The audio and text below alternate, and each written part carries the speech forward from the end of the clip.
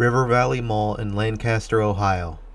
On the surface, one might think this mall is doing okay with little anchoritis. But if you get through the surface, you'll find the rot of vacancy goes much deeper. Trust me, you'll see as we get further inside the mall.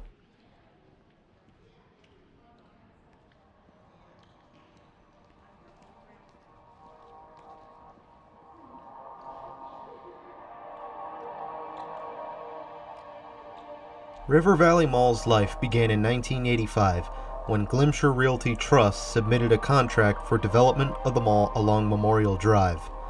After approval and an estimated $4 million later, groundbreaking would begin in 1986, bringing the city of Lancaster, Ohio, a massive 500,000 square foot mall, which would boast around 80 shops and 4 anchors.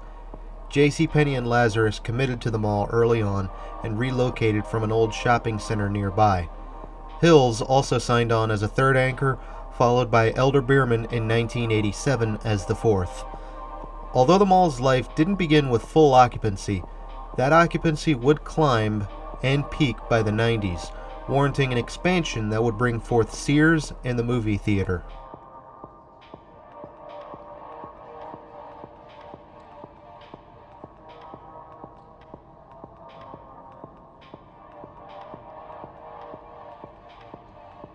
Towards the twilight years of the 90s, Hills was acquired and vored by Ames, which was virtually suicide for Ames' parent company. In 2001, beginning a departure from the Ohio market, the location at River Valley Mall would close. Meanwhile, in 2005, Lazarus would convert to Macy's, but in 2007 would close shop due to lagging sales. It wasn't entirely doom and gloom, however, as Steve & Barry's came to fill the void left behind by Ames in 2003.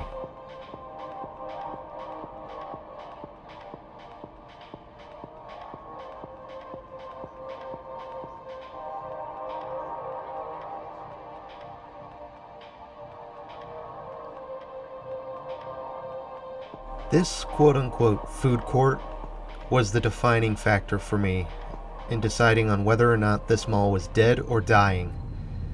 That Auntie Annie's, assuming it's still there today, is probably the only place to eat in this entire mall, unless you include the vending machines.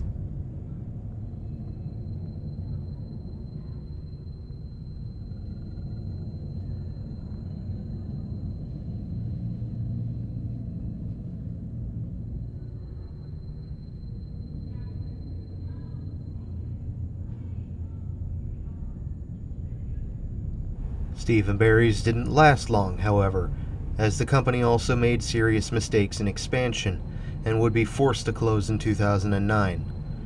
Meanwhile, inline vacancies were being addressed with the arrival of IHOP and Old Navy this same year.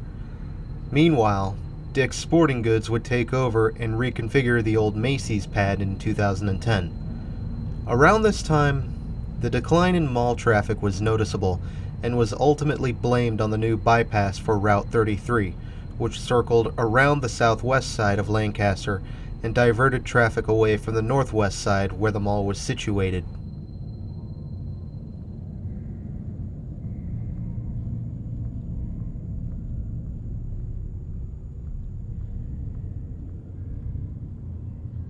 In 2014, the movie theaters were still a viable part of malls everywhere, and Cinemark would come to build a new theater in the place of the old Ames/Steve & Barry's.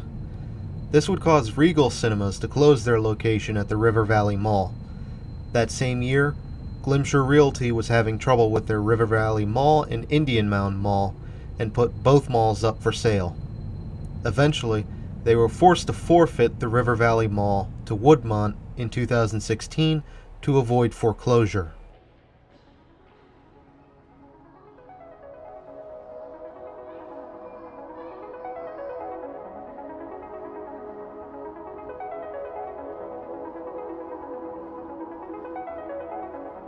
Woodmont didn't hang on to the mall for long and sold the mall off to a shell company, RVM LLC, in 2017.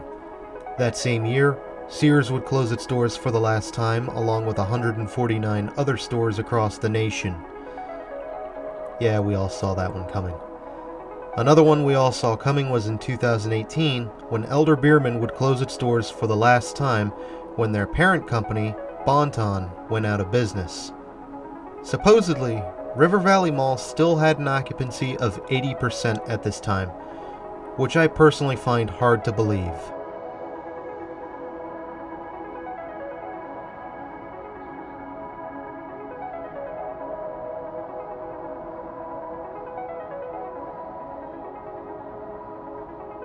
Enter 2020, and there was no doubt that the River Valley Mall was already struggling with moderate anchoritis, a desolate food court, and swaths of empty space, some of which would be walled off. Add on to the state's reaction to the COOF a month after my visit, and I have a hard time seeing this mall still going. We can only hope at this time that the current owners have a big plan to revitalize this struggling mall.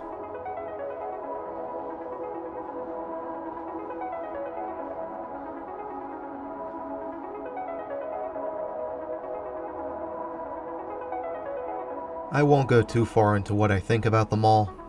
Personally, I find it bland and drab, with not much exciting to its architecture.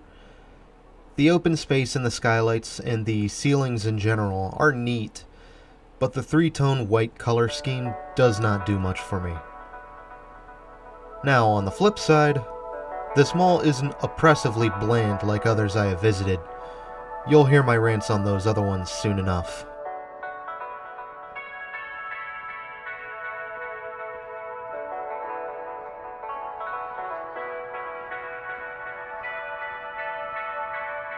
Now, I do have a story for this mall.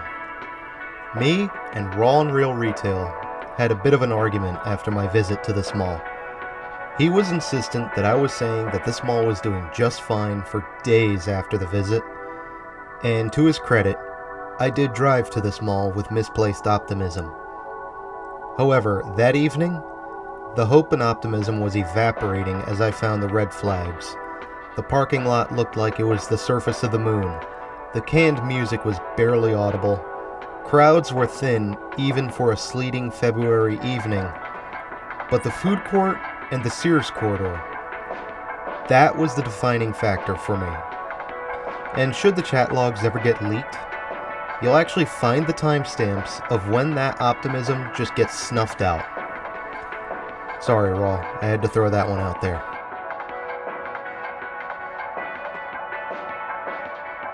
Nonetheless, I welcomed the argument because at least I was having a genuine conversation with someone about this place. All the other mall rats at the time were more interested in Phillipsburg Mall because it was closing, which is understandable. But on top of that, a certain other dead mall YouTuber was more interested in trying to tell me how I can and cannot use my channel. Even though it's, I don't know, not his.